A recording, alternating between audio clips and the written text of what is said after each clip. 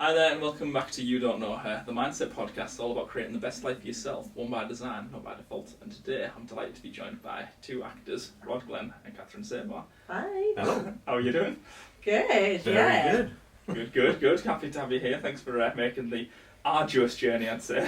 Yeah, well, it's not normal that we would be having an arduous journey, but, Peterborough, it's apparently the place to be. Yeah, otherwise it would have been Whitley Bay. Otherwise it would have been Whitley Bay. Amazing. You got a preference for favourite? Oh, Whitley Bay every time. Yeah, no place like home. No place like home. Yeah, love that. You've got to be happy in your home comfort zone. That's true. Yeah. So, this podcast is all geared towards people who, get starting out on the journey or kind of seeing what's possible, I suppose, within any fields really, but I suppose creative is kind of what we're looking at. So, yeah. I was very keen to speak to the two of you because you've kind of been there, done that on a lot of your journey. It seems like, and set up your production company now, Bairn Films, isn't it? Yeah. So would you be able to kind of talk us a bit of detail about what you're doing at the moment and kind of a little bit of how you've got towards it?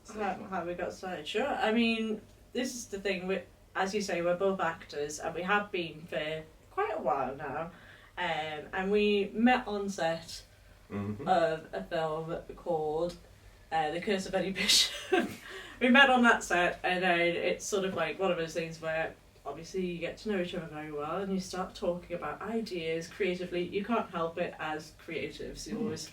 We're both writers as well, so... Yeah, so as two creatives, both actors, both writers, apparently we're just not busy enough. And we needed to do something else as well. And so we were looking at the film industry as a whole, and we saw that there wasn't as many film companies up in the northeast as maybe we'd like. There's a lot of creatives in the northeast, but there's a lot of people sort of scrabbling around trying to do no budget stuff and things like that, and we wanted to try and set our sights a bit higher than that, and bring as many local talent along the way. So as much as we can already as a tiny film company, we've already sourced all of our stuff local. So that was kind of our ethos, and will continue to be as much as possible. And you wrote our first short, which we filmed last year, called Corridor, and that's done very well on the film festival circuit. Yeah, and hopefully that is just the beginning. Yeah, many more to come. And you talk about, obviously, the talent around the North East, and we see it as well on this show, speaking to predominantly people from the North East and kind of seeing various skills. Was that an intentional decision for yourselves to think, let's do it here, rather than did you at any point consider going to a bigger city and seeing if you could do that? No, not at any point. There is so much talent in the Northeast in terms of in front of camera, behind camera, and everything else in between. We knew if we could get the right story, the right production, maybe the right name attached as well, everybody else we would want local. So I mean, it's one thing that we've observed as actors is that you get told move down to London.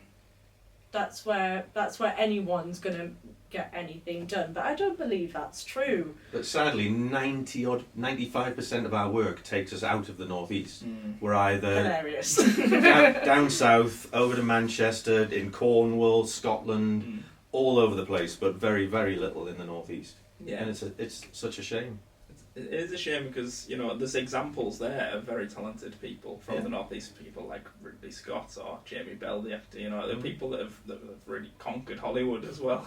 That shows that it is possible. There's you've just got to kind of have that belief as well. So so obviously this is your production company you've set up now. But if we're going to kind of take you right back earlier in your careers, so what was what drew you to film? I suppose is the overarching message, if you can really cast your mind back that far. I'll let you do your origin story first. I feel like my origin story is a bit more recent. I've only recently, in the last 4 years, really done film, which is kind of crazy. Before that, I was a total theatre kid, jazz hands and all, but I still am, a little bit.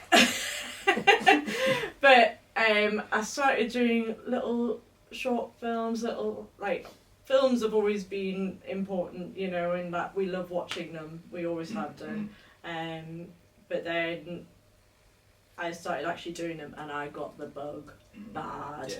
And yeah, it just sort of developed from there, and the fact that it combines a lot of my interests all in one. So the acting side of it has always been a thing. The fact that, you know, music, iconic film music comes from film, so of course I'm going to be interested in that, and my writing, and just a lot of creative outlets. And you're a trained singer as well, so you've done a lot of all that. made sense for me to do it in a film. Yeah. Yeah, is that something for yourself, or do you say? I'm totally different. Yeah. I went straight into drama school after high school, and loved it. Absolutely adored it. Did some amateur stuff and some theatre stuff, and then ultimately had to get normal jobs. I did all kinds of sales jobs and retail, and ended up running my own business and stuff. And during that time, I concentrated on writing, so I wrote a few books and things. And then I got the opportunity back in 2010 to have a small featured role on World War Z, and that got me back into it. It reminded me how much I loved acting and the film industry. And so as soon as I wrapped on World War Z, I applied for absolutely everything out there. Every single student production, unpaid production, everything. I did extra work, absolutely everything, just to get my mindset back into the game, get my knowledge set up, get show reel material and things like that. And then it just built up from there, getting better roles on bigger productions and paid productions, and then getting some TV credits, and it just rolled from there, really. And it's just something I absolutely cannot live without. Yeah. When I don't have any acting work on, I'm miserable, and I'm just biting my nails and It's awful. and emailing casting directors and checking Spotlight and Mandy all the time. Yeah, must be something, anything. I'll do anything. Yeah. It's a drug. It's a drug to It be is. in this industry, and I don't think any of us would change it for the world. Yeah, it comes down to interest, as you say, and once once you've had that exposure to it and you've loved it, then you'll do anything to capture that, won't you? And you either fall in love with it immediately and you'll love it forever, or it's not your thing, and then move on to something else. Because if you're only looking for like fame and glory and money and stuff, Don't do it. it's only 0.01% of professionals in the industry ever attain that. So that's what you're looking for. Get the hell out and save yourself. Save yourself. Please, everyone, don't do acting. Let me do the roles. You don't want this. No. Okay, so that's very interesting, and especially both of you talking about the journey, especially you mentioned with theatre and things like that. Is that a piece of advice to kind of try lots of different things as well? You mentioned you both got into writing as well, and just see what you enjoy as well, as much as anything. I think as creatives, I can hand on heart say, do anything that interests you. And varied. And it doesn't matter what it is. I mean, you can do your sports, you can do art, you can write, like anything, baking. Like I love baking as a pastime, and that's, you know, anything that sort of you like to do and that makes you a whole person, a sane-ish person, do it. But especially as an actor, specifically, you should never just concentrate on one medium. My preferred medium is film, but I love doing theatre and live stuff, improv stuff, television, all of the different mediums. I think every actor has one that they love the most, but as actors, you should definitely still continue to do live stuff like theatre and stuff as well. Yeah. I think it's very important as an actor to do that sort of stuff as well. What he said. Summed it up perfectly. I think it's all skills, isn't it? And it's all. So when you're doing your live stuff, are you kind of putting yourself into a character, embodying that character, and you just feel confident on stage, or do you just kind of rehearsing lines to the point that you've got it, or what's your process like for the live stuff? We've got two very different processes in that regard, and I think I annoy him when I do this. Specifically, I mean, we've just said we've come from Peterborough today. we've just done a murder mystery weekend. So that is a cauldron, a crucible of both improvised work and scripted theatre. So it's a real hodgepodge, mad time where half of it you've got very clear idea of what's happening because you've got lines. You know what's happening, who's saying what, and you know what the character's meant to feel at a certain point, and that gives you structure. And the rest of the time you have people asking you any question, and you have to know that character enough to improvise that. And know that character's world enough, because you get asked all kinds of ridiculously insane questions. Yeah.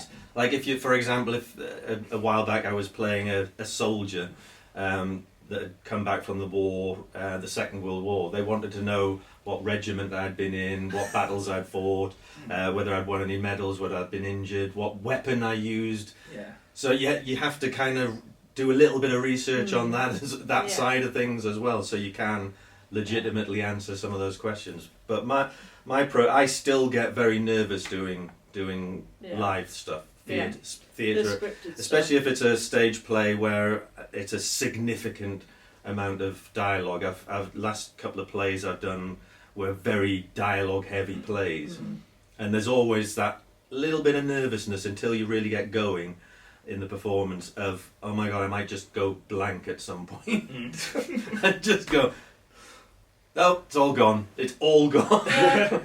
But until you really get into it, and then you realise the rehearsal process and everything has prepared you for all of it, and you knew that, you just temporarily forget. Yeah, you just had a brain fart. But she can learn any script like in hours. Really? Yeah, that's why I annoy him. I have to repetition going over them. And it's brilliant, your dedication to being able to read a script over and over and over again. I don't.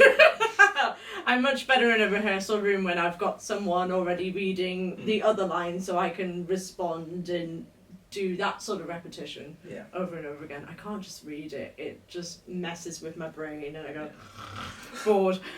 So I maybe can read it a few times, and then after that I just rely on whatever memory and gumption I've got to pull through, and it seems to seemingly has worked for me so far, so I'll take it. And I think that certainly in live theatre gives it that live quality, and that it is live and it feels that way. Got more authenticity of it. And then I think in film I'm different again, and I'm a bit more traditional in that I read it over and over and over again. So depends on the medium as well. Yeah, that's very interesting. I think Rod's probably jealous of you.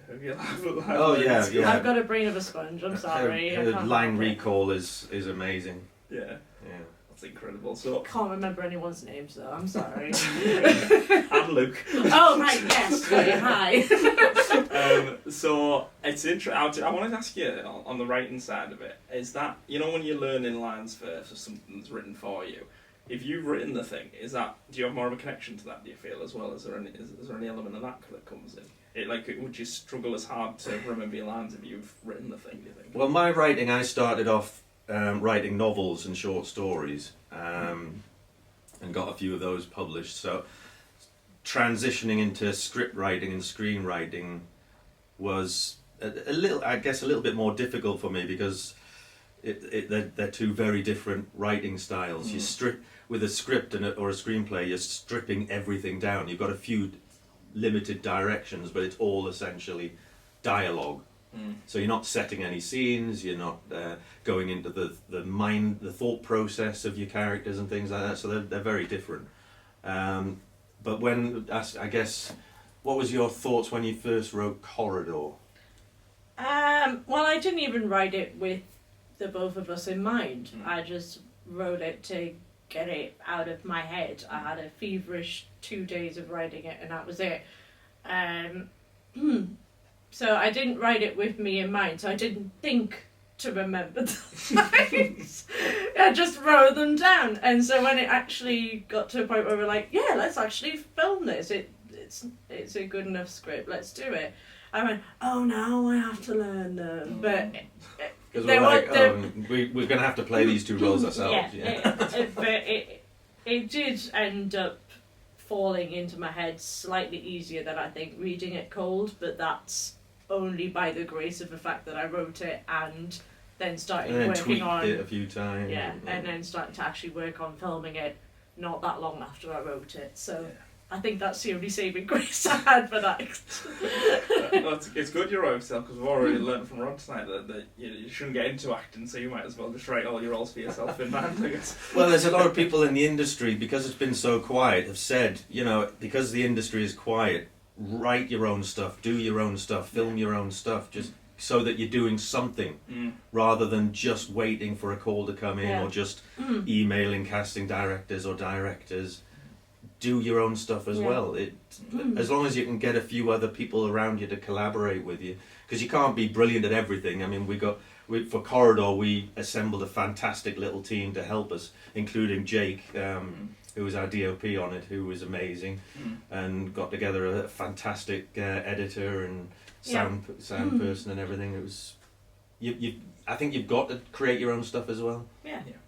Yeah, spot the talent. Again, it comes back to the talent you've got around you as well. You don't need to be brilliant at everything, as long as you've worked hard enough to see what you enjoy doing and what you're good at, and there's other people that. You can't do everything all of the time, and you can't be great at everything all of the time either. And you probably shouldn't do everything all the time either. I mean, even in Corridor, if we could go back now, I don't think I would have directed it myself. I thought I was wearing so many hats, and I thought, I'm going to explode the time that I was on set for that. But, that's also the point of doing your own stuff. Learn your limitations and make better choices next time. Yeah, it's very, very, very interesting. So we looked at the very start of kind of getting into the acting, I suppose, as well. But when was the moment that you really thought this is it for me? This is I'm gonna kind of, because you both worked corporate, I assume, as well. Has it all been kind of entertainment, or how's it worked for yourselves? Well, we both had normal jobs as well. Well, I didn't. Well, I did and I didn't. I was a personal trainer for 5 years in the industry, fresh out of university. Someone in my life told me, what would you do if you weren't an actor? Worst question to ask someone creative. What would you do if you couldn't do that thing? Yeah. And I was like, well, I haven't even tried yet. Just answer the question. And I was like, well, I don't know. They said you'd be a good teacher. I hate kids, so no, that's out. But I am good at instructing people, teaching people, so I guess I'll be a personal trainer, as that's like teaching grown-ups. Yeah. So that's what I did for quite a lot of years. Until I realised I didn't give this a fair shot in the first place. So that was what I did as a job before this. Yeah, and like I say, I did loads of different stuff. Sales jobs, call centre jobs, retail. I ran my own video rental shop out the back of my own car. I ran an IT business over in Hexham for a while, and it was actually, once I had some staff in this IT business, that was when it freed up time so I could start going to London for auditions and things like that. And that's when I started transitioning into full-time acting. I then sold the business and then said, that's it, I'm going full-time acting now. And that was just over 10 years ago or so.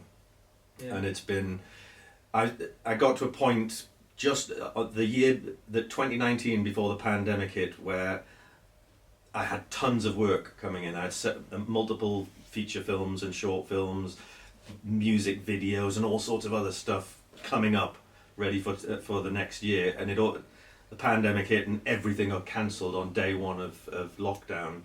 And that's when panic sets in, and I'm like, I'm a full-time actor and I can't act now. Yeah. So that's when I'd done bits and bobs of voiceover before, so I started applying for voiceover stuff, because that was one part of the industry that kept going through lockdown, if you had your own sound equipment at home. So I started doing lots of voiceover gigs, and that kept me ticking over during lockdowns and things. And then it was a case of rebuilding up my career again after lockdown, and we're in a pretty good position now. I mean, last year we shot 2 feature films together. I shot another feature film. 2? Was it? Oh yeah, sorry, another 2 feature films. I did a play, you did a musical, Disney's Beauty and the Beast, and we both did lots of other things, short films and voiceover stuff. So last year was pretty darn good, and hopefully this year will be the same. We're in pre-production of our first Shy Bairn's feature film, which fingers crossed, we're still gathering the funds and everything for that. Amazing, yeah. Just the casual 4 features last year, just no big deal. No you just fell that out. You forgot about 2 of them. Yeah. Well, they were earlier in the year. Earlier in the year, yeah. Lots has happened since then. One of the ones that we did together was a World War II zombie film, which is due out at some point this year, hopefully the first half of this year, on one of the main streaming platforms. It's called Zombies of the Third Reich, and it's just a fantastic blood and gore action horror. I love that. Great fun. Group of British and American commandos infiltrate a Nazi bunker complex and discover horrendous things. And me. We did stunt work on it. It's me. I'm the horrendous thing. Well, you play a Nazi doctor in it, and then also a zombie in it as well. Zombie Nazi doctor. Yeah. Excellent. We did lots of stunts and stuff in that as well, which was great fun. Good fun. Yeah, that's amazing, and it's great to see where you've come from, both of you, to get to this point now, where you can just tell you're so enthusiastic, but it's all your experiences that have shaped you to this point, even the devastation of lockdown and everything like that, and you had to kind of reinvent yourselves, how it can still keep ticking over, but you know, everything like that. So I suppose the kind of big overarching question I'd like to ask you both is for advice for people that, you know, are now in the situation that you were probably in years ago, where they're kind of looking at how they can get into the industry, I suppose, or what they should do. Is it just try things, see what interests you, or any specific advice you can give? When early on in your career, you have to, like I did, just do as much as you possibly can. And that includes stuff like extra work, which is a great way of getting to see how bigger productions work from the inside, TV stuff and film stuff. Do loads of unpaid work in student films and no budget productions. Get all of that experience, because the more experience you get, the more it feeds your own creativity.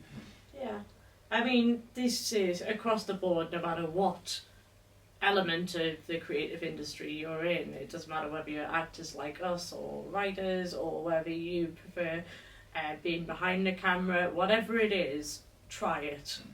And I don't think it will hurt you to try. Whether it's for financial gain is somewhat, well, certainly in this industry, it's irrelevant.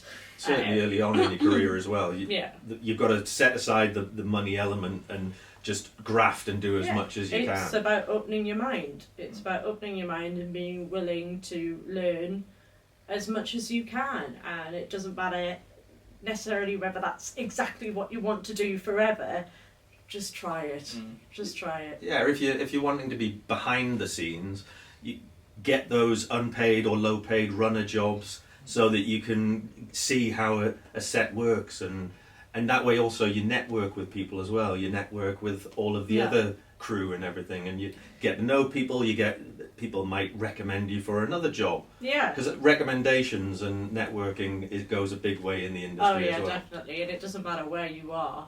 If you make friends with either people on set or in the theatre, and it doesn't matter whether they're doing exactly the same thing as you or they're in a different department, it does not matter. Be kind to each other. Yeah. Friendly and professional. Yeah. That's what we want the whole industry to look like, is just us all wanting the best for each other. Yeah, that definitely comes across, and I think that's a lovely kind of point to finish on, actually. I think that's a lovely one, but thank you very much for your time. So my final... No, thank you. Oh yeah, thanks for coming up. My fan just constantly thanking you out the rest of the... Yeah, just thank you. Thank you. But Final question is, if the people do want to see your film, see more about yourselves, where can you point them towards? You on social media or? Yeah, so our social medias are Bairn Films, so we're on Facebook, Instagram, X. We might be coming off X, to be fair. There's a lot going on with X. You know, and so forth. But then also you can watch Corridor for free on YouTube. Just look up Corridor short film. We're the first result. And the rest. We both keep your eyes peeled. We both have social media individually as well. Professional pages on Facebook and stuff. So yeah, perfect. All that sort of stuff. I'll link all that below as well. But, thank you very much. Thank you. Thank you. It's been fun. Cheers.